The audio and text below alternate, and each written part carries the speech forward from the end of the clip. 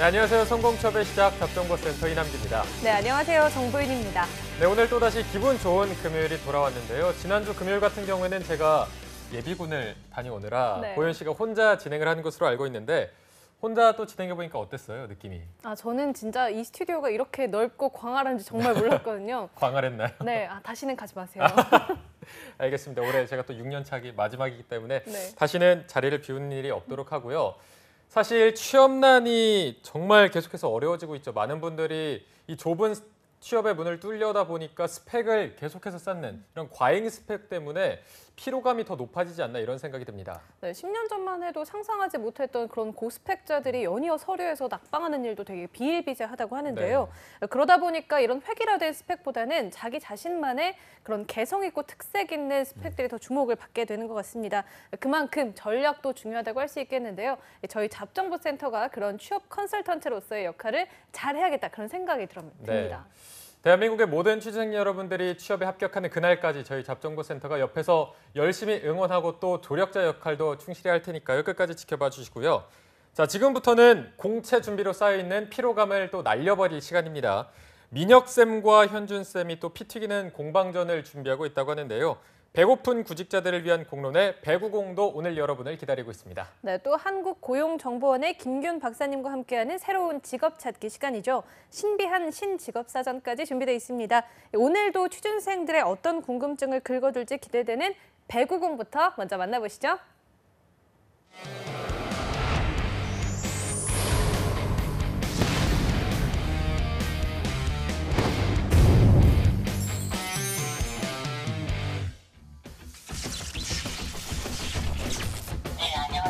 국내 모그룹의 그룹사 채용을 담당하고 있는 채용적 강자입니다. 반갑습니다.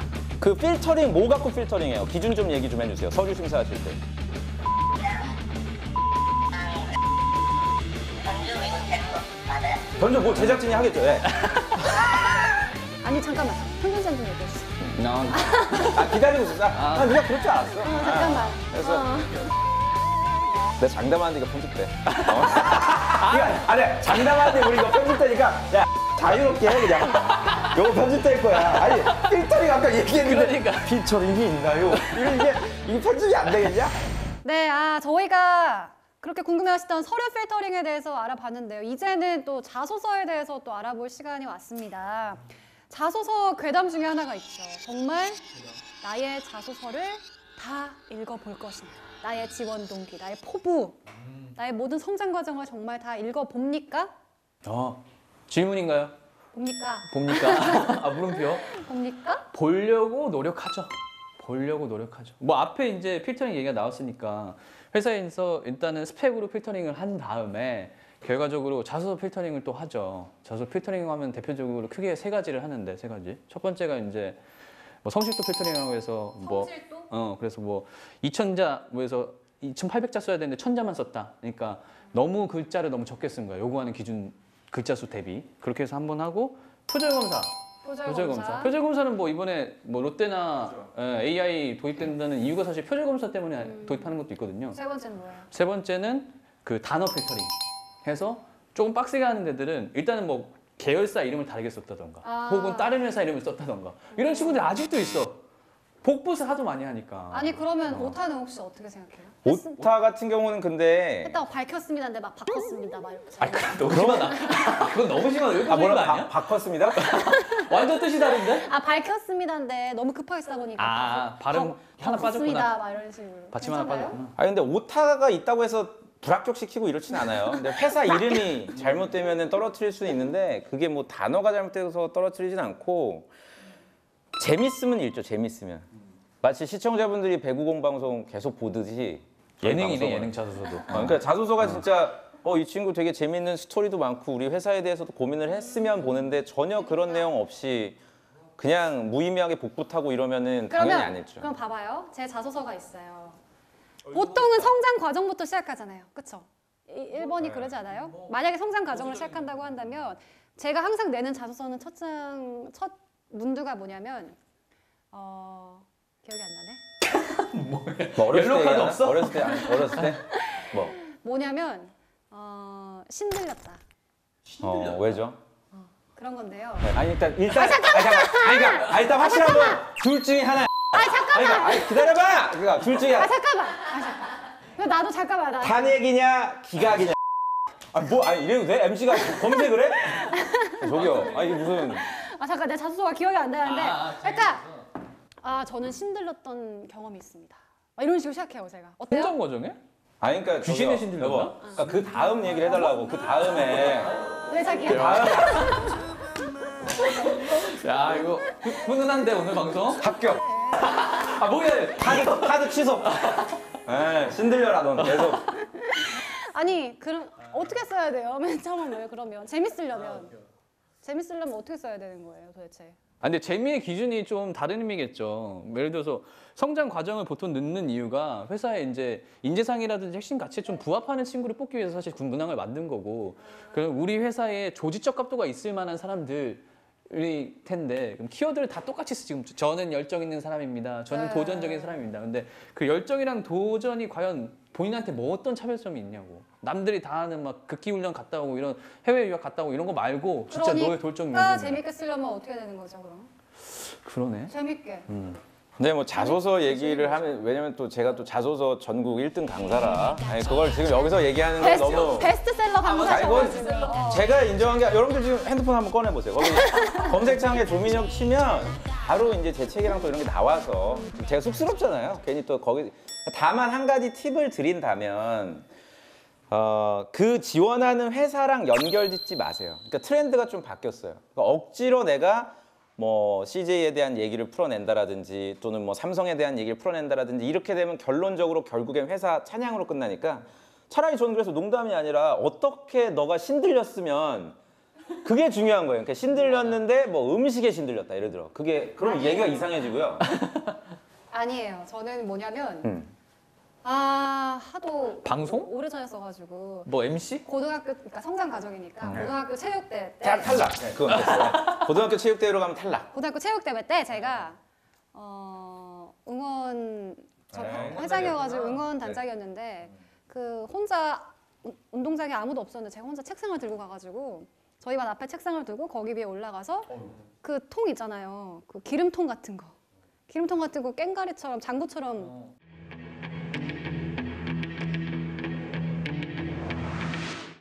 그거 아니 엄청 컸어요.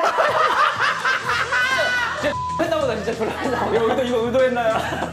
의도했어요. 야 의도한 겁니까? 나는 방송을 아니까. 명MC네. 나는 방송을 아니까. 명MC야. 유해인이 이게 웬일이죠? 그거 엄청 팼어요. 그걸 엄청 깡깡깡 이러면서 막 해가지고 했는데 그 저희 논술쌤이 저희 학교 학부모셨는데 자기 딸 자기 딸 체육대회 서포터로 왔다가 저 멀리서부터 저 깡통을 치고 있는 애를 보고 어머 쟤는 진짜 약간 미친 애 같다 싶었는데 내 학생이었던 거야. 내 논술 가르치는 학생이었던 거예요. 그래서 약간 자기가 봤을 땐 좀 무속신앙 같았다고 좀 무서웠다고. お前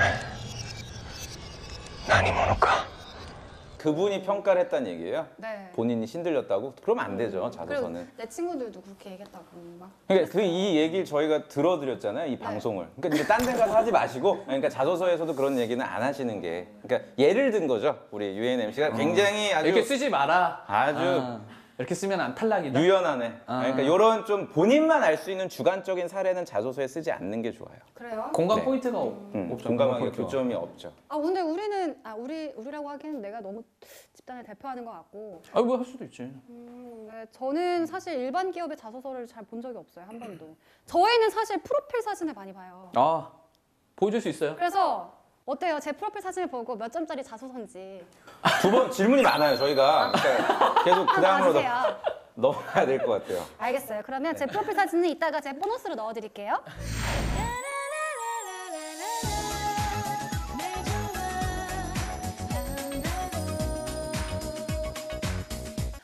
그러면은 취업 성공을 가르는 3차 필터링 자소서입니다. 자소서의 심사 기준 뭔가요? 어떤 걸 보게 되나요?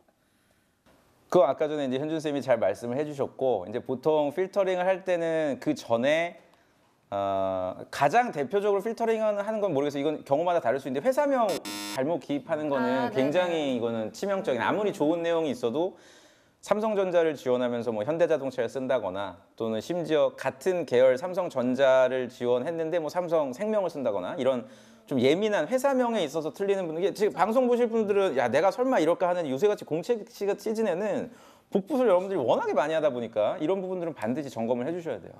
네. 그거 근데 여기서 이것도 근데 그렇게 써서 통과가 되는 자소서들도 있어요. 되게 웃긴 게 그게 어떻게 보면 그렇게 된다는 거는 자소서를 안 본다는 거죠, 진짜. 안 보는 회사들도 있죠. 자소서 평가를 아직도 하지 않는 뭐 정유 회사. 그렇죠, 정유회사. 이쪽 이렇게 나오네. 여수 쪽 이렇게 나오는데 정유회사. 그러니까 정유회사라든지 이런 회사들은 뭐 굳이 우리가 신입사원들한테 투자를 할 필요가 있냐. 그리고 또 그 안성기 그 배우님이 저기 20년째 광고 모델 하시는 그 어디죠? 동서. 네, 맥심. 거기는 그냥 완전 독과점이라 굳이 뭐 시장에서 흔들리질 않잖아요. 그러니까 뭐 신입사원 뽑을 때도 그냥 스펙으로 학교 네임밸류로 자르고 뭐 이렇게 하는 회사들도 있어서 그런 특수한 회사들은 이제 자소서 그냥 흉내만 내죠. 우리가. 소나무 안 바뀌어 항목이. 안 바뀌는 회사들도 있죠. 인사 담당자가 딱 첫 줄만 읽고 탈락시키는 자소서들의 특징. 필? 그 어렸을 때 그러니까 되게 획일적인 공식화시키는 자소서 있죠. 예를 들어 성장 과정에 반드시 부모님 등장시키고 그리고 뭐 입사 후 포부에 자격증 취득하겠다고 쓰고 그러니까 이런 전형적인 공식 그리고 반복되는 식상한 키워드 뭐 소통, 협업 이런 키워드 쓰시는 분들은 네, 아무래도 그런 분들 근데 아마 우리 구직자분들은 지금 졸리지 않을 거거든요. 본인 자소서야. 본인이 무슨 성장 과정 깜짝 놀랐겠지. 아빠가 통장 만들어줘서 기업은행 지원했고 뭐 이런 얘기 지금 썼을 텐데 소통의 달인. 그러니까 이렇게 하면 안 된다. 네, 절대. 소비재 회사들은 너무 많아요, 진짜. 그러니까 내가 그 회사 제품 쓰면은 그 회사한테 감사함을 느끼면서 그걸 막 여러 사람한테 알리고 싶어해. 저도 하나 알아요. 뭐 어떤 거? 목욕탕 끝나고 먹었던 우유. 바나나 우유. 빙고에 너무 많아, 너무 많아. CJ 햇반. 유학 생활에 항상 집밥에서 먹는 게 CJ 제일당 햇반을 막 쓰지 마 제발. 지금 쓰고 있는 사람도 있지. 지금 한참 녹화 때는 끝났을 수도 있는데 지금 이거 보고 계신 분들은 쓰면 안 돼, 진짜. 소비재들은 이미 그 불합격 통보 받았을 것 같아요. 그러니까 지금 이 바로 영상을 보였을 때 쓰는 순간 네, 탈락할. 다 보셨죠? 자소서 다 보신. 그럼요. 자소서는 그러면, 아날로그 방식으로 봐요. 기억에 남았던 가장 최고 최악이 있을까요? 최고와 최악. 너무 많죠. 좋은 자소서들은 사실 요새 오늘 아침에도 제가 보고 온 친구인데 그러니까 아마 이런 얘기 들으면 아마 우리 시청자분들이 스트레스 받을 것 같은데 이미 BGF 리테일을 입사하려고 1년 전부터 계속 칼을 간 거야. 그래서 매장을 한 40군데 거의 대동여지도 김정호야. 그냥 완전히 그냥 전국 팔도를 돌아다니면서 하나하나 방문해보고 막 이렇게 정말 내가 발품팔이 자소서들은 당연히 눈에 띌 수밖에 없죠. 진짜 네. 경험에서 우러나오는 발품. 그렇죠. 그런 노력한 인재들은 아무래도 이게 느낌이 달라요. 자소서를 봤을 때도 굉장히 키워드도 구체적이고 진짜 잘 소비자들이 잘 모르는 제품, 그러니까 직원들만 알 법한 그런 PB 상품이나 이런 것들을 어떻게 알고 쓰죠. 그런 거 보면 최악은 아까 말씀드린 대로 그냥 회사 직원이 되려고 하는 게 아니라 어떻게 보면 얘가 지금 서포터즈인가? 그냥 대외 활동 뭐 네, 이런 그런 거, 거 그냥- 홍보단 뭐 이런 거, 홍보단. 소비재들은 그렇게 맞지. 뭐 CJ E&M 쓰면은 뭐 나는 유진열이란 배우를 너무 좋아해서 그래서 CJ E&M의 마케팅을 하고 싶다. 그런 거 진짜 보셨어요? 봤죠? 예, 엄청 많아요. 소비재나 뭐 산업군 특인데 쇼핑사들은 뭐 엄청 많지. 그런 걸 첫 줄을 딱 읽었는데 그래도 다 보려고 노력은 하나요? 저는 안 봐요. 그런 걸 본 적은 없으니까 처음에 아니면은 이제 주로 봐야 되는 항목들이 있거든요. 채용 담당자들이 어차피 뭐 성장 과정이나 뭐 직무 역량은 비슷할 테니까 뭐 삼성으로 따지면 뭐 3번 항목의 최근 사회 이슈 이런 거는 좀 학생마다 다르니까 구직자마다 그래서 그런 걸 보는데 되게 또 식상하고 아까 현준 쌤이 얘기한 대로 삼성에 대해 막 칭찬하고 그 회사에 대해 찬양하면은 이제 진짜 아유 이러고 그냥 안 보지 그냥. 그냥 이걸 왜 봤어 이러고. 그러니까 여러분들이 자소서를 쓰실 때는 다 쓰는 것도 다 잘 쓰는 것도 중요한데 진짜 잘 써야 되는 항목을 좀 파악을 하셔서 우리 잡정보센터 월요일부터 목요일 보시면 또 나오잖아요. 그러니까 그런 것들 유념하시면 좋을 것 같아요. 네. 자소서 우리 현준 쌤은 사람 얘기 잘 들어주잖아요. 아주 약간 방송객처럼 한결같지. 자소서도 다 보려고 노력하세요? 이게 보려고 노력을 근데 단순하게 인사팀의 기준 관점에서 입장에서 보면은 노력은 하는데 몸이 안 따라줘요. 예를 들어서 엄청 읽어야 되니까. 그러니까 이제 그룹사 같은 경우는 진짜 다 스프레드를 하거든요. 필터링을 다 걸른 다음에 각 직무에 한 10년 차 과장분들한테 다 공고 다 뿌려가지고 맨날 며칠 오세요. 그래서 진짜 방 안에 컴퓨터만 가둬놓고 몇백 명에서 그걸 다 읽어요. 그러니까 그게 그 사람이 그 할당량을 못 그럼 채우면 뭔 얘기합니까 거기서 보통 이렇게 대기실에 같이 조용해요?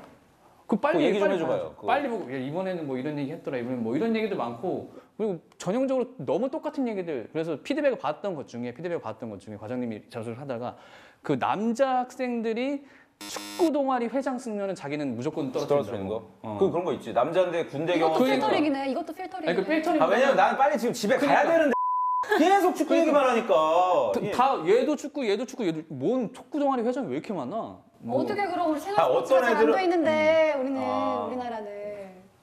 그 응원합니다. 갑자기? 네, 우리 체육의 발전을 위해. 체대 출신이지. 네, 지금, 네. 축구 동아리 회장 이런 필터링 진짜 주관적인 필터링인데요, 그럼. 아 근데 여자 축구는 상관없어요.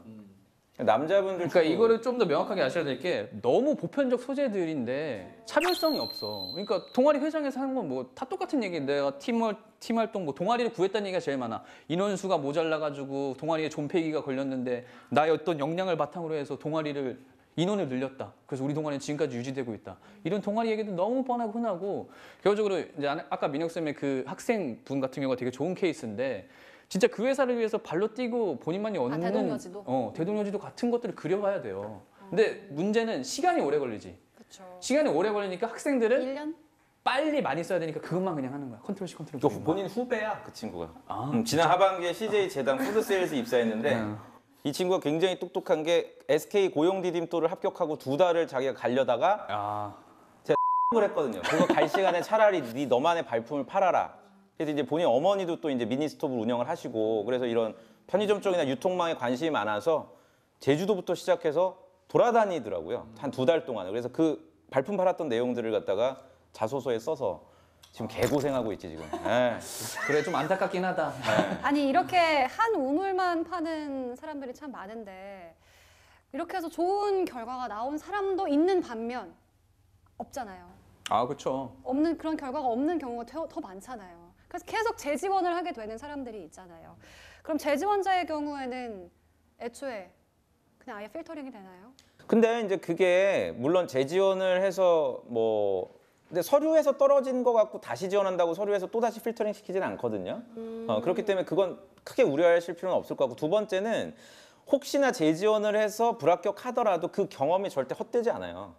네. 왜냐면은 유통이라든지 특히 우리 문과생분들이 가는 업종이 다 비슷비슷하고 관찰하고 이런 것들이 겹치는 경우가 많아서 내가 A라는 회사에서는 통과가 안 되더라도 B 회사에는 충분히 갈 수가 있어요. 예를 들어서 내가 BGF 리테일엔 떨어졌더라도 거기서 보고 느꼈던 거를 롯데마트 영업관리자로 쓸 때 또 뭐 농심을 지원할 때 얼마든지 활용할 수가 있으니까 뭐 오뚜기 지원할 때 네, 그럼 활용할 수가 있죠. 있어요. 자기 그 학생들 중에서 가고 싶은 곳 떨어졌다가 또 지원해가지고 간 학생들이 있나요? 경우들이 있나요? 있죠. 요새 왕왕 많죠. 그러니까 예전보다는 확실히 회사에서 그 DB 관리를 조금 더 유연하게 하는 것 같아요. 최종 합격에서 최종 면접에서 떨어진 친구도 간 케이스들도 있고, 아 진짜요? 간 케이스도 있고. 근데 대표적으로 몇몇 회사들이 있어요. 필터링을 많이 하는 회사들. 필터링 많이 해서 이거 얘기해도 되나? 하라고 하는 거예요. LG 제 학생 중에 LG 디스플레이를 6번 지원한 친구가 있어요. 6번 지원했는데 그게 그때마다 직무를 다 다르게 지원했어. 다 지원해서 최종 면접 갔는데 최종 면접관이 공대생이에요? 네, 공대생이요. 갖고 온 거야. 또 심지어 석사였어, 석사. 갖고 온 거야. 너 6번 지원하지 않았냐? 근데 그때마다 왜 직무가 다 달랐냐? 사기꾼아 그게. 그래서 그때 이제 걔가 당황했지. 그래서 탈락, 최종 탈락. 그 다음에 LG 같은 경우는 3개의 계열사를 선택해서 쓸 수 있으니까. 그 다음 시즌에 LG를 3개를 선택해서 썼는데 5회에서 떨어졌어요. 소름. 그래서 삼성 갔어. 잘 지내고 그건 있지? 어떻게 보면 본인의 어떤 코칭 능력의 부족 아닙니까? 아, 그래요? 갑자기 학생한테 그렇게 되나? 아니 그거를 지도를 해줬어야 되는 거 아닙니까? 당연히 너 6번 지원했을 때 물어볼 거기 때문에 아니, 근데 네가 그거를- 이런 부분에 대해서 싸워. 뭔가 이기는 그 팀, 전에, 우리 그 전에 팀. 지원했고. 나를 만나기 전에. 이건 검증해 볼 필요가 있습니다. 갑자기 이제 왔어. 이때 또 사측이야. 어디야 도대체. 갑자기 첫눈에 첫눈에야.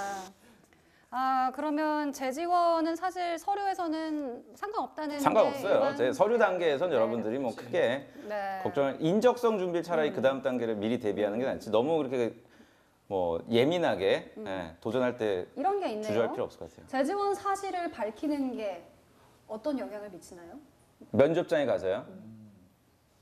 그 밝히고 안 밝히고 네 문제가 아닌데 그건 이미 DB로 아까 얘기한 대로 남아 있기 때문에 당연히 면접관들이 알 가능성이 매우 높죠. 물론 지금 블라인드 채용을 하고 있지만 지금 뭐 6번 이렇게 한 친구들은 인사팀에서도 좀 귀뜸을 해주죠. 면접관한테 이 친구는 좀 지원을 많이 한 친구니까 좀 확인을 해보세요라고. 또 재지원자에겐 이런 질문을 꼭 물어본다. 떨어지면 또 지원할 거냐? 100% 물어보지. 물어보셨어요? 아 물어봐요? 물어보죠. 그럼 뭐라 물어보고 그래요? 제가 기억에 남았던 게 실제로 제가 최종 면접 봤었을 때 CJ를 이제 남자 2명, 여성분 2명이었는데 그 마지막 말을 물었어요. 임원분이 마지막 말을 물어서 여성분한테 먼저 물었을 때 맨 오른쪽에 있는 여성분이 4번 지원했대. CJ 제재당만 4번. 그 옆에 지원자는 3번 지원했대. 그래서 막 얘기를 막 하는 거야. 막 그러고서 이분이 저한테 물어본 게 아니 그러면 현준 씨는 우리 회사 지금 처음 지원한 것 같은데 저기 옆에 계신 두 분보다 열정이 떨어지는 거 아니냐 이렇게 물어보더라고요. 그래서 그때 분위기가 좀 화기애애했어. 다 이제 자켓 보고 그래서 아 나도 저분들처럼 저분들 대단한 것 같은데 나 열정이 그 사람들한테 뒤지지 않는다. 전 더 열심히 잘할 수 있다. 이런 식으로 해서 결국 그 조가 다 붙었어요. 그래서 같이 다 동기가 됐는데 이거는 본인의 그 떨어진 부분의 이력을 어떻게 잘 활용하는지에 대한 약간 센스도 필요한 것 같아요. 자 센스도. 그러면 재지원자 얘기까지 했고요. 기업의 채용을 대행하는 업체가 있다고 합니다. 채용 대행인데요. 어떻게 이루어지나요? 채용 그러니까 대행? 그게 평가 기준을 왜냐면 이제 보통 공채 시즌에는 채용 담당하는 사람들이 한두 명밖에 안 돼가지고 그 사람들이 막 회사 설명에 나가 오병서 과장 알아요? 네 알죠. 어떤 사회입니까? 네, 저는 CJ그룹에서 신입 채용 쪽을 담당하고 있습니다. 여러분들이 보통 이제 공채라고 생각하시는 그 영역을 담당하고 있습니다. 반갑습니다. 오병서가 보냈지. 아니. 친구는 그냥 아는 정도? 그분은 잘 모르겠죠. 연락처 알아요? 따로? 연락처는 알아요. 따로. 전혀? 아니, 전혀. 오병서와의 어떤 커넥션은 전혀. 전혀. 오병서가 나띵. 아 그래요? 네. 일부러 거리감을 두나? 아 그런 거 아니죠. 뭐 스파이 내가 스파이 무슨. 저 오병서 여기 나와요 사진. 네. 만약에 잘 지내시죠? 그 실제로 그분들이 너무나 바빠서 그냥 평가 기준만 만들어 놓고 서류 마감되면 그 기준에 따라서 서류 심사를 하라고 뭐 사람인이라든지 이런 취업 포털 사이트들 있잖아요. 그거 가지고 이제 수수료를 받는 잡코리아나 이런 회사들이 있죠. 근데 저는 그런 업체를 이용해 본 적은 없어요. 네, 근데 실제로 기업들이 가급적이면 그냥 인하우스를 많이 내부적으로 하려고 하죠. 왜냐하면 그런 평가 기준 자체가 넘어가는 거잖아요. 예를 들어서 우리는 한국사 자격증 이번부터 뭐 몇 개면은 몇 점 가산점을 주고 뭐 우리가 지금까지 얘기한 필터링 기준 뭐 2번, 3번 지원했을 땐 떨어뜨려 이런 게 다 넘어가거든요. 내부 정보가. 그래서 가급적이면은 좀 회사 내부에서 보안상 해결을 하려고 하죠. 그러니까 저런 대외적인 부분은 제외하고 예를 들어서 평가 기준이라든지 이런 거는 컨설팅 회사에 맡기기도 해요. 뭐 머셔라든지 이런 데들. 그래서 평가 기준? 평가 기준. 이 직무에 우리 계열사의 이 직무는 어떠한 사람을 뽑으면 좋을지에 대한 역량 부분을 뽑아낸다는 거. 그런 것들을 컨설팅하는 회사에서 컨설팅 해주기도 하고 또 많이들 하는 거는 그 인적성을 외주를 많이 주죠.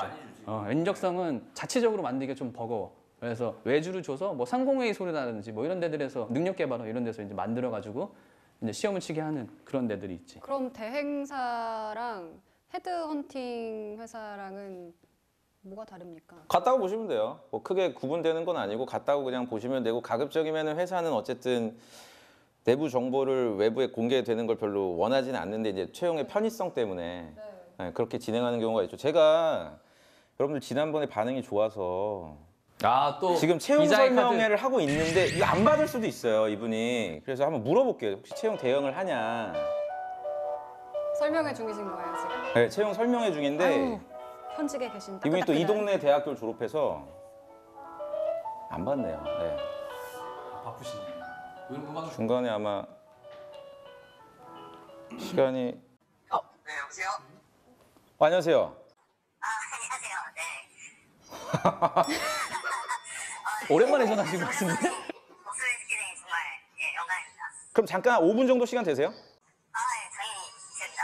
간단하게 여기 참고로 건국대학교 주변입니다. 제일 좋아하는 곳이었죠, 옛날에. 네. 간단하게 뭐 본인 소개 좀 해주세요. 저는 지금 회사에서요 채용 업무를 담당하고 있고요. 네, 채용 업무를 담당하고 있습니다. 경력은 3년 됐습니다. 원래 입사하실 때 채용 쪽이셨나요? 원래 처음에는 채용 쪽이 아니었는데요. 인사 직무에 있었죠, 처음부터. 아, 네, 채용을 한 지는 한 1년 됐습니다. 회사가 업계가 어느 쪽입니까? 뭐 외식이다, 반도체다, 뭐 식품업계라고 보시면 돼요. 오뚜기군요. 아닙니다. 질문 한 3가지만 드릴게요. 네네. 그 회사는 채용 서류 심사하실 때 채용 대행을 뭐 혹시 서비스 이용하세요? 저희가 대행을 막 이용하지 않는데요. 요즘 정부 사업들이 많아서 그쪽에서 이제 많이 요청은 들어오는데 저희는 뭐 대행 이용하지 않습니다. 그럼 내부적으로 본인이 직접 하시는군요, 직원분들. 네, 지금 저희 채용 담당자들이 다 저희 채용 운영을 하고 있습니다.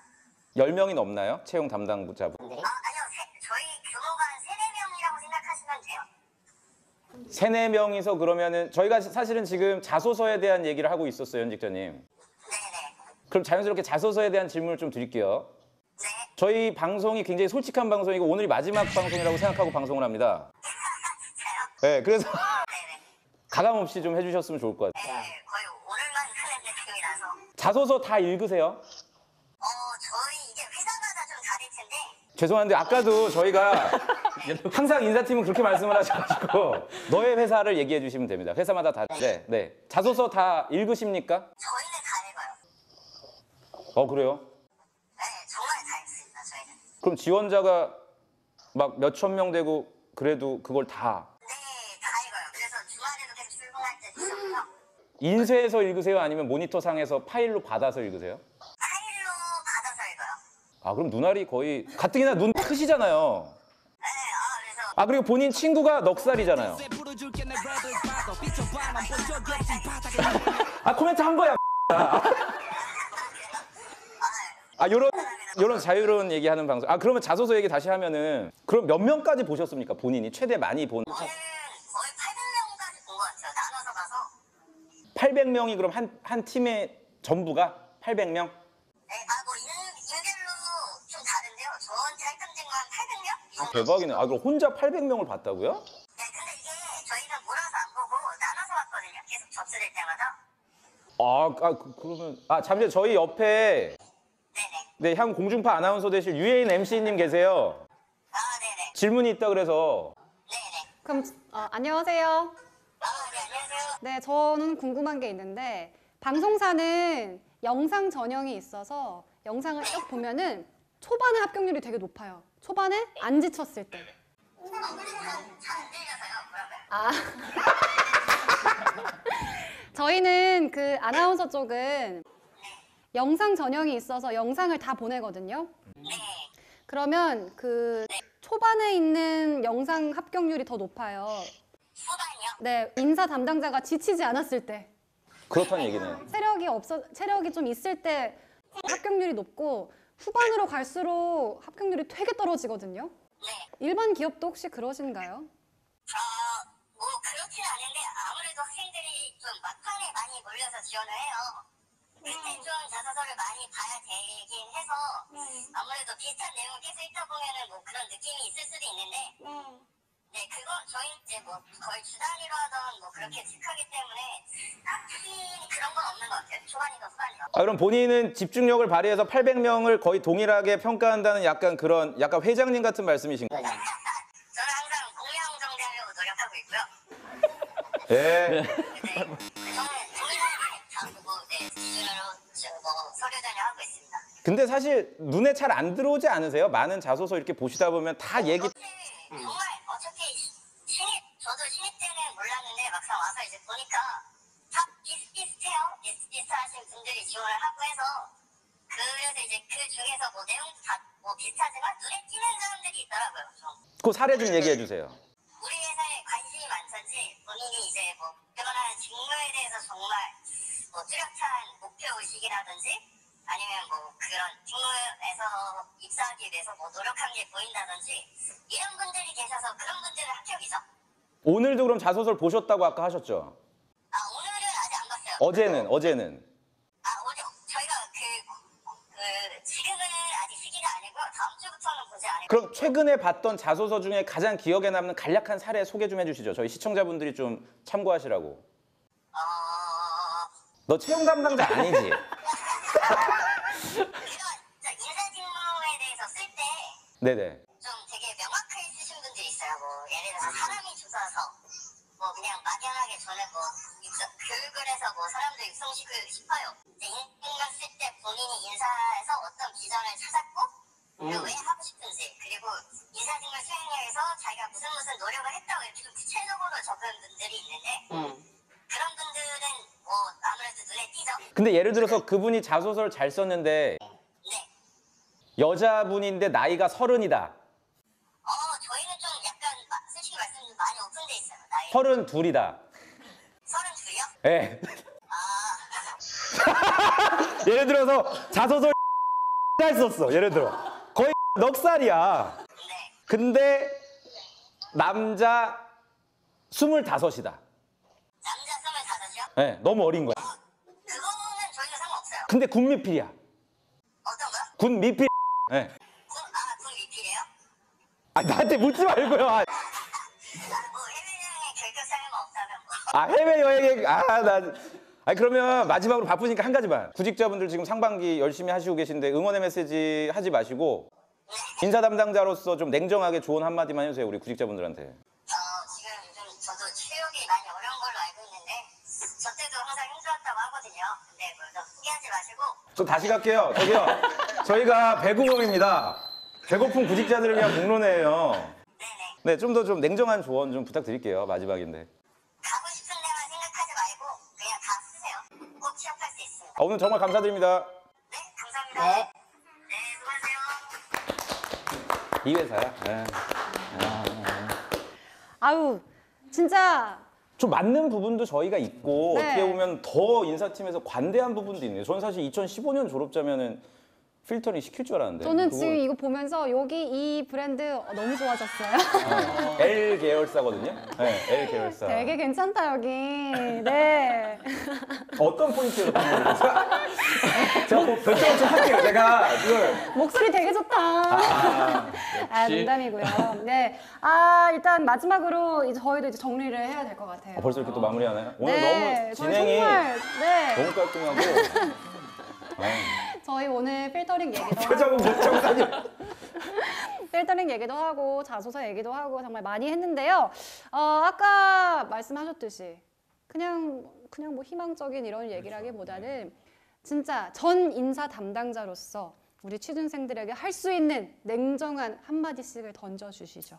그러니까 선택 받는다고만 생각하지 마시고 본인이 전 선택하셨으면 좋겠어요. 오. 네, 늘 그냥 이 회사 가려고 뭐 자격증 딸까 이러지 말고 내가 그렇게 했는데도 만약에 서류에서 떨어졌다? 안 가.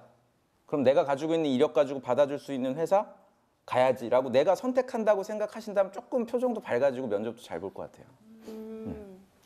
저는 떨어지면은 떨어진 거에 대한 이유를 본인 스스로뿐만 아니라 진짜 인사팀에 연락해서라도 좀 알아서 그거를 좀 개선할 수 있는 그런 적극성을 좀 가졌으면 좋겠어요. 전화해도 돼요? 안 되지. 이 배구부니까 알려주지. 이게. 그러니까 뭐 아까 이제 뭐 내 사례를 나왔던 것 중에 퇴사율이 너무 높아요, 사실. 퇴사율이 너무 높아서 회사에서도 되게 리스키한 거. 그러니까 스펙을 더 많이 보는 거지, 필터링을 많이 시키는 거고. 그러니까 그런 것들 부분에서 본인이 그런 것들 극복해서 갈 수 있는 부분에 있다고 하면은 그런 적극성들도 계속 보여주셔가지고 나는 스펙 좀 사람이 퇴사율이 높은데 나는 스펙이 낮더라도 우리 회사 진짜 오래 다닐 수 있다. 이런 적극적인 부분을 좀 많은 회사들한테 보여줬으면 좋겠어요. 네.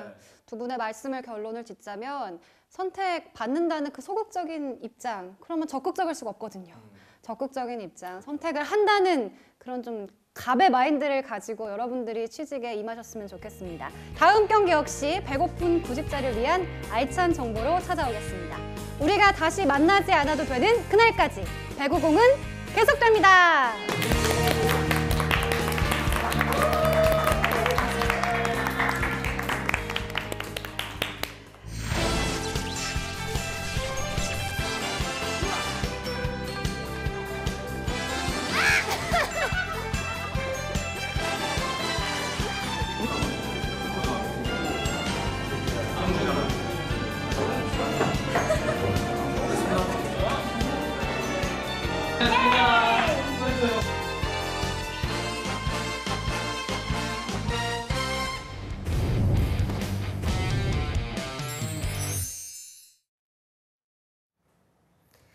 네, 배고픈 구직자들을 위한 공론회 배구공 재밌게 보셨죠? 드디어 서류 필터링 편이 오늘 자소서 얘기까지 하면서 마무리가 되었는데 오늘 배구공 보윤 씨는 또 어떻게 보셨나요?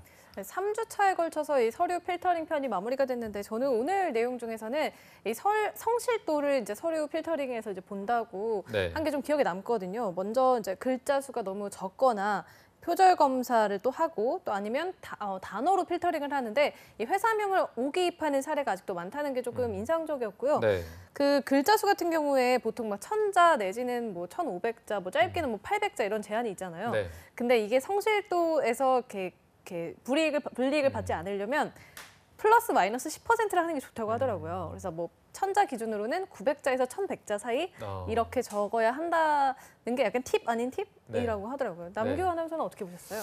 저는 일단 오늘 그 전화 연결해서 제가 지난주에 못 봤잖아요. 지난주에 네. 뭐 전화 연결해서 하는 게 되게 재밌을 거다 이렇게 생각을 했는데 오늘 실제로 이렇게 전화 연결해서 하는 걸 들어보니까 재밌네요. 이게 쌤들이 그냥 툭툭 던지는 게 아니라 어느 정도 있는 사실을 말해서 그걸 또 전화로 확인을 해보니까 아 이게 정말 그렇구나 이렇게 얘기가 들었는데 오늘 한 식품업계 채용팀 현직자 전화 연결한 내용을 조금 들어봤더니 일단 채용 대행 서비스가 되긴 있는데 일단 그 회사는 이용을 하지 않고 있었고 자소서를 다 읽고 있느냐 했는데 와 이걸 다 읽는다고 한 사람당 800명 정도의 지원서를 다 읽는다 이렇게 말씀을 해주셨고 회사에 대한 관심이나 뚜렷한 목표의식 이런 거를 적어줘야 조금 더 합격에 대한 조금 한 걸음 더 가까이 갈 수 있지 않을까 이런 말씀해 주셨는데 굉장히 저는 재밌게 봤습니다. 이거 제가 지난주에 재미 없었다 좀 이렇게 말했더니 민혁 쌤이 몇 주째 저를 좀 째려보시는 것 같더라고요. 근데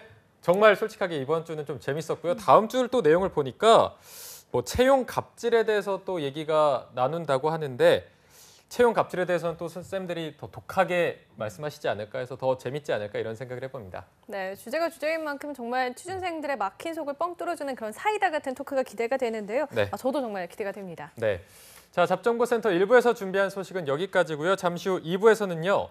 한유진 캐스터와 함께하는 전국 각지의 생생한 채용 소식을 알아보는 일자리 방방곡곡이 준비되어 있고요. 네, 또 빠르게 변화되는 직업 트렌드에 대한 궁금증을 속 시원하게 짚어지는 시간이죠. 신비한 신직업 사전도 준비되어 있으니까요. 네, 어디 가지 마시고요. 채널 고정.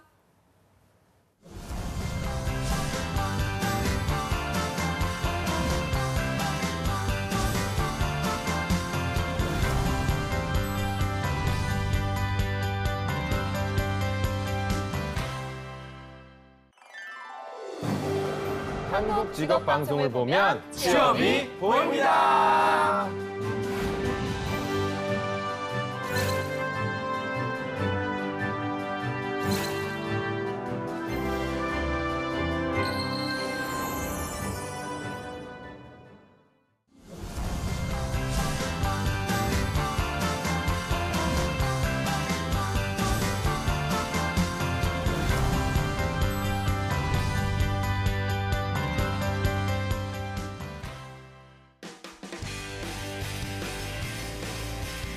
네, 성공첩의 시작 잡정보센터 2부의 문을 또 활짝 열어봤습니다. 저희가 2부에서는요. 전국 각지의 생생한 채용 소식을 알아보는 일자리 방방곡곡이 준비되어 있고요. 네, 또 빠르게 변화하는 직업 트렌드를 짚어주고 미래 유망 직업에 대한 모든 것을 알려주는 신비한 신직업 사전도 준비되어 있습니다. 먼저 일자리 방방곡곡부터 만나보시죠.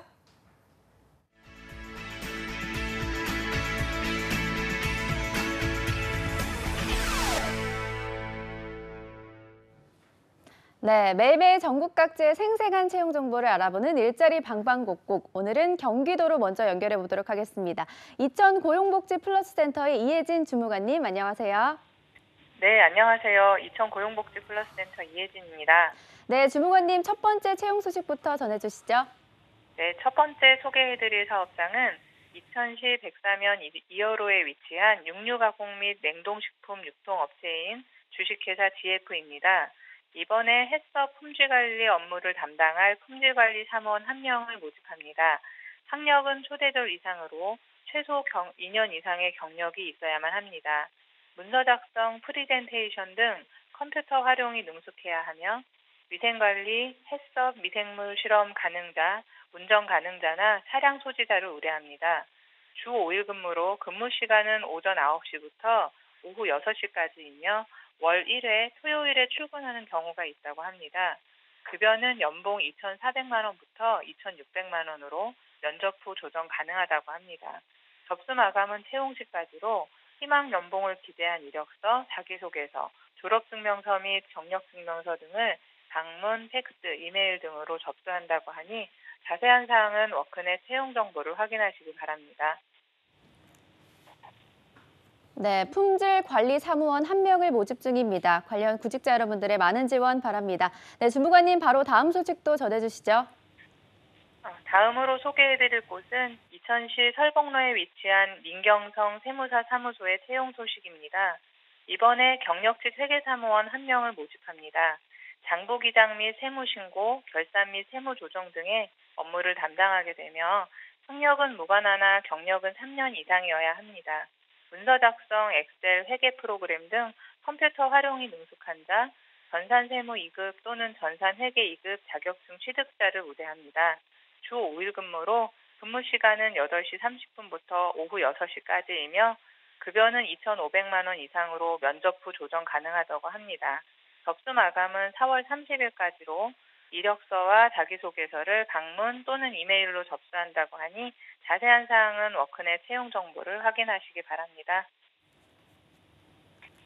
네, 3년 이상 경력의 회계사무원 1명을 채용 예정이라고 합니다. 관심 있으신 구직자 여러분들의 많은 지원 바랍니다. 네, 주무관님 오늘 소식 고맙습니다. 네, 고맙습니다. 네, 다음은 인천으로 연결해 보도록 하겠습니다. 인천 고용센터의 우정민 주무관님 안녕하세요. 네, 안녕하세요. 인천고용센터 우정민입니다. 네, 주무관님 오늘은 어떤 일자리 소식 가져오셨나요? 이번 주 소개해드릴 구인사업장은 대강테크입니다. 대강테크는 인천시 남동구 논현고잔로 88번 길에 소재한 절삭 가공 및 대형 금형 가공업체로 무역사무원 1명을 구인합니다. 주 사업 내용은 CNC, TV, 인판넬 등 대형 금형 가공 전문 등이고 해외 영업, 고객 대응 및 영업 관리, 영업 수주 이력 관리 등의 업무를 담당하게 됩니다. 금형 관련 경력자 및 일어 가능하신 분을 우대하며 학력은 무관하나 관련 경력 5년 이상자여야 합니다. 주 5일 근무에 급여는 경력에 따라 연봉 4천만 원 협의 가능합니다. 입사를 희망하시는 분은 인천고용복지플러스센터 취업지원과로 문의해 주시기 바랍니다. 네, 5년 이상 경력의 무역사무원 1명을 모집 예정이라고 합니다. 구직자 여러분들의 많은 지원 바랍니다. 네, 주무관님 바로 다음 소식도 전해주시죠. 네, 다음으로 4월 채용 행사를 안내해 드립니다. 4월 11일 수요일 오후 2시에 인천시청 1층 중앙홀에서는 2018 인천 병역지정업체 채용 한마당이 개최됩니다. 이번 행사는 중부지방고용노동청, 인천광역시, 인천병무지청 등이 공동 주최하며 병역지정업체 40개소가 참여 예정입니다. 참여를 희망하는 사회복무요원은 행사 전에 워크넷에 구직 신청을 하시고 이력서, 신분증을 지참한 후 당일 방문하면 면접 가능합니다. 취업을 희망하는 사회복무요원 여러분들의 많은 참여 부탁드립니다. 네, 사회복무원 구직자 여러분들을 위한 채용 행사를 준비하셨다고 하니까요. 구직자 여러분들의 많은 참여 바랍니다. 네, 주무관님 오늘 소식 고맙습니다. 감사합니다.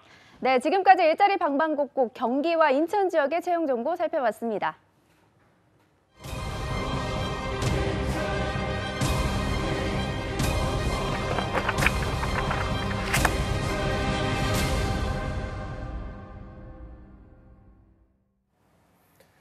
네, 내가 원하는 일 그리고 또 해보고 싶은 일을 찾아서 여러 직업에 도전하는 취업준비생 여러분들이 많이 늘어나고 있는데요. 이렇게 빠르게 변하는 직업 시장에서 새롭게 부상하고 있는 미래 유망 직업의 궁금증을 또 말끔하게 해소시켜줄 신비한 신직업사전 시간입니다. 네, 직업 트렌드는 물론 다양한 직업 세계 정보까지 소개해 주실 한국고용정보원의 김균 연구위원 자리해 주셨습니다. 네, 어서 오세요. 안녕하십니까. 네, 오늘이 벌써 세 번째 시간이시죠. 첫 번째보다 많이 조금 여유가 생긴 모습이신데 오늘 또 방송하는 자세가 어떠세요? 저도 그랬으면 좋겠는데요. 여전히 정신없고 뭐 긴장되는 건 마찬가지인 것 같고요. 제가 여유를 찾으려면 조금만 더 기다려 주셔야 될 것 같습니다. 알겠습니다. 그러면 알겠습니다. 오늘도 방송하신다고 말씀 안 하신 건가요? 아니요, 그거는 얘기는 하고 왔어요. 네, 오늘 얘기하고 있었군요. 네네. 네, 그러면 오늘은 미래의 어떤 유망 직업을 한번 소개해 주실 건가요? 혹시 MC 분들은 BJ나 스트리머 혹은 뭐 유튜버들 중에 좋아하시는 분이 있으신가요? 본신 있어요? 저는 사실 유튜브를 많이 보진 않는데 그 유명한 유튜버들은 좀 이름을 들어본 사람들이 있거든요. 뭐 예를 들어 대도서관이라든지 그런 분들은 이제 케이블에도 나오시고 그쵸. 되게 영향력이 좀 많으신 것 같더라고요. 즐겨 보시는 거 있으세요? 저는 실제로 그 먹방 네. BJ를 되게 많이 봐서 남자분들 중에는 엠브로 요분 거 많이 보고 여자분들 중에는 입 짧은 햇님이라고 있는데 저도 모르게 이걸 계속 보게 되더라고요. 근데 이게 생각보다 많은 분들이 이걸 또 보고 있더라고요. 네. 예, 방금 말씀하신 분들과 같이 각종 미디어 콘텐츠를 제작을 하고 그다음에 소통하기 시작하면서 연예인들만큼이나 영향력을 가졌다고 해도 무방할 정도로 인기를 얻고 있는데요. 네. 2014년 미국 잡지 버라이어티에서 13세에서 18세의 청소년들을 대상으로 설문조사를 실시를 했는데요. 가장 좋아하는 스타가 누구냐라는 질문에 대해서 거의 모든 사람들이 헐리우드 스타가 나올 것이다라고 예상했음에도 불구하고 1위부터 5위까지 유튜브 스타가 차지하는 이변이 나왔는데요. 네. 오늘 제가 소개해드릴 신직업은 게임이나 유머, 뷰티, 요리와 같이 본인이 자신 있는 분야의 재미라는 코드를 입혀서 자신만의 컨텐츠를 제작하고 미디어 플랫폼이라고 불리우는 곳에서 활동을 하면서 수익을 올리고 있는 미디어 컨텐츠 창작자입니다. 네. 이게 미디어 콘텐츠 창작자, 사실 이거에 대한 인기가 굉장히 높아지면서 많은 분들이 관심을 가지고 있을 테고 저 또한 여기에 조금 관심이 있거든요. 그래서 오늘 더 자세히 한번 알아보도록 하겠습니다. 이게 오늘 또 이렇게 소개해 주신 이유가 있을 것 같아요. 어떤 이유 때문인지 한번 말씀해 주시죠. 네, 초반에는 취미로 이제 개인이 만든 영상을 업로드하면서 시작이 됐는데요. 2013년부터 본격적으로 광고 수익 등이 발생이 되면서 관심이 더욱 급증하게 되었습니다. 자신이 잘 알고 좋아하는 분야를 콘텐츠로 제작하고 동영상 탑재가 가능한 미디어 플랫폼에다가 업로드하는 등 한마디로 본인이 좋아하는 것을 하면서 돈을 벌 수 있는 그런 직업에 대한 궁금증이 날로 증가하고 있다고 볼 수가 있고요. 그래서 오늘 신비한 신직업 사전을 통해서 미디어 콘텐츠 창작자라는 새로운 직업에 궁금한 점을 해소하는 시간이 되었으면 합니다. 네, 미디어 콘텐츠 제작자 정말 기대되는데요. 먼저 영상으로 한번 자세하게 만나보시겠습니다. 네.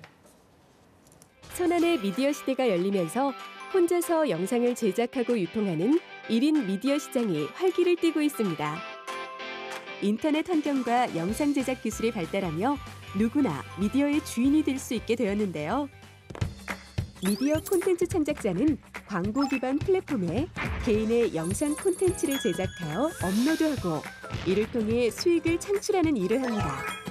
영상을 올리는 대표적인 플랫폼으로는 유튜브, 아프리카 TV, 페이스북 등이 있는데요. 영상의 분야는 게임, 뷰티, 푸드, 실험 등 다양합니다.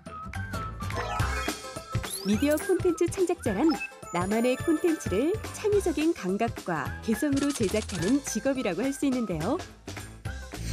미디어 콘텐츠 창작자는 크리에이터, 브로드캐스팅 자키를 뜻하는 BJ 등의 명칭으로 불립니다. 기획부터 작가, 연출, 때로는 홍보까지 다양한 역할을 소화하며 콘텐츠를 제작하게 되는데요.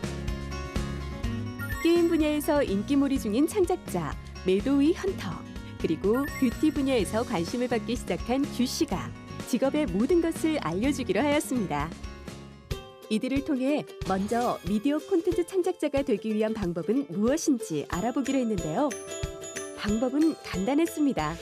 유튜브, 아프리카 TV 등의 플랫폼에 채널을 개설하고 자신의 영상을 공개하면 된다고 합니다. 처음에 시작하는 거는 되게 어렵잖아요. 그냥 남녀노소 누구나 뭐 하고자 하는 의지나 열정만 있으면은 집에 컴퓨터 한 대만 있으면 충분히 시작할 수 있는 게 그냥 미디어 콘텐츠 창작자의 장점이라고 생각합니다. 미디어 콘텐츠 창작자가 되기 위해 기억해야 할 것은 자신만의 콘텐츠가 있어야 한다는 것인데요.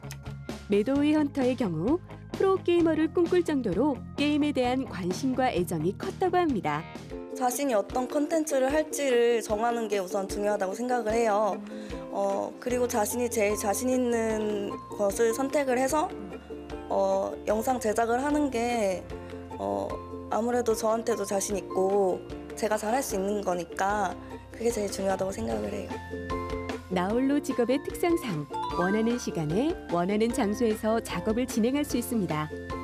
누구나 언제 어디서나 콘텐츠를 만들 수 있다는 것은 미디어 콘텐츠 창작 작업의 큰 장점 중 하나인데요. 기획 단계에서는 다양한 정보를 찾고 구체적으로 어떤 내용으로 영상을 만들어 나갈지 구성하게 됩니다. 기획이 끝나면 재료 준비와 함께 본격적인 촬영이 진행되는데요. 만약 촬영을 담당하는 PD와 함께 제작할 경우에는 영상 연출에 대한 내용을 논의하고 촬영에 들어갑니다.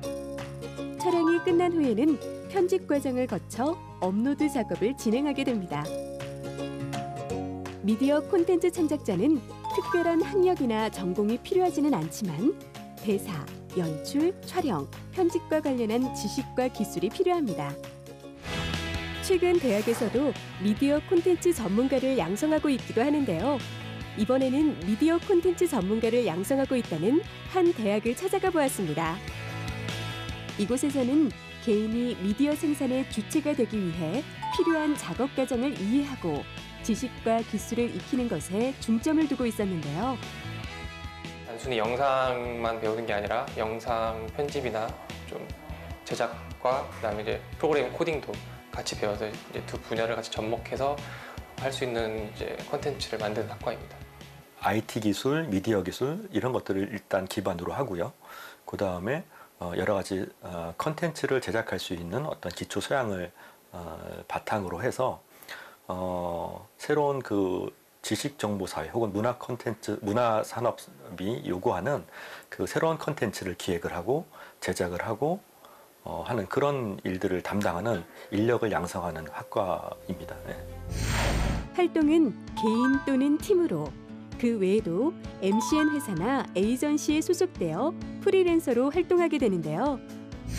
미디어 콘텐츠 창작자는 구독자 수와 조회수를 늘려 광고 수익을 올려야 하므로 인기 콘텐츠를 만드는 것이 중요합니다.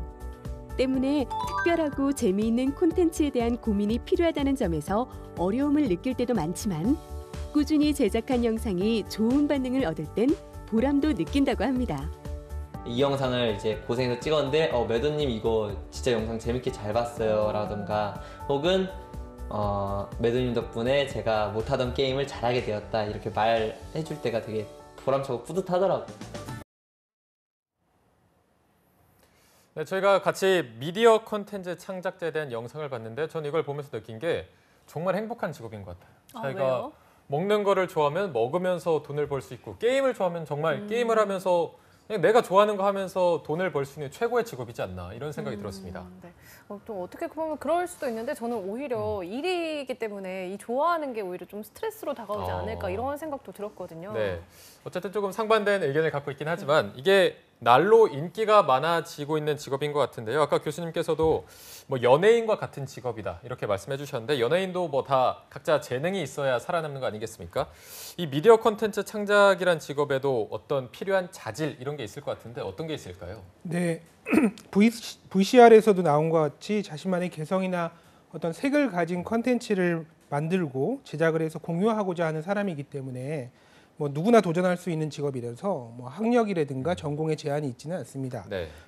구독자 영상 조회수를 늘리는 등 자신의 콘텐츠를 홍보하고 이를 통해서 광고 수익을 눌리는 구조로 되어 있기 때문에 많은 사람들이 공감할 수 있는 콘텐츠를 가진 사람에게 가장 적합한 직업이라고 생각이 됩니다. 네. 네, 같은 산업이긴 하지만 사실 뭐 작가나 PD가 없기 때문에 혼자서 다 해야 하잖아요. 네네. 또 어떤 노력들이 필요할까요? 네, 맞습니다. 대사나 연출, 편집, 뭐 촬영 전부 다 혼자 해야 되기 때문에 네. 동영상 제작에 대한 기본적인 지식이나 기술이 반드시 필요할 것 같고요.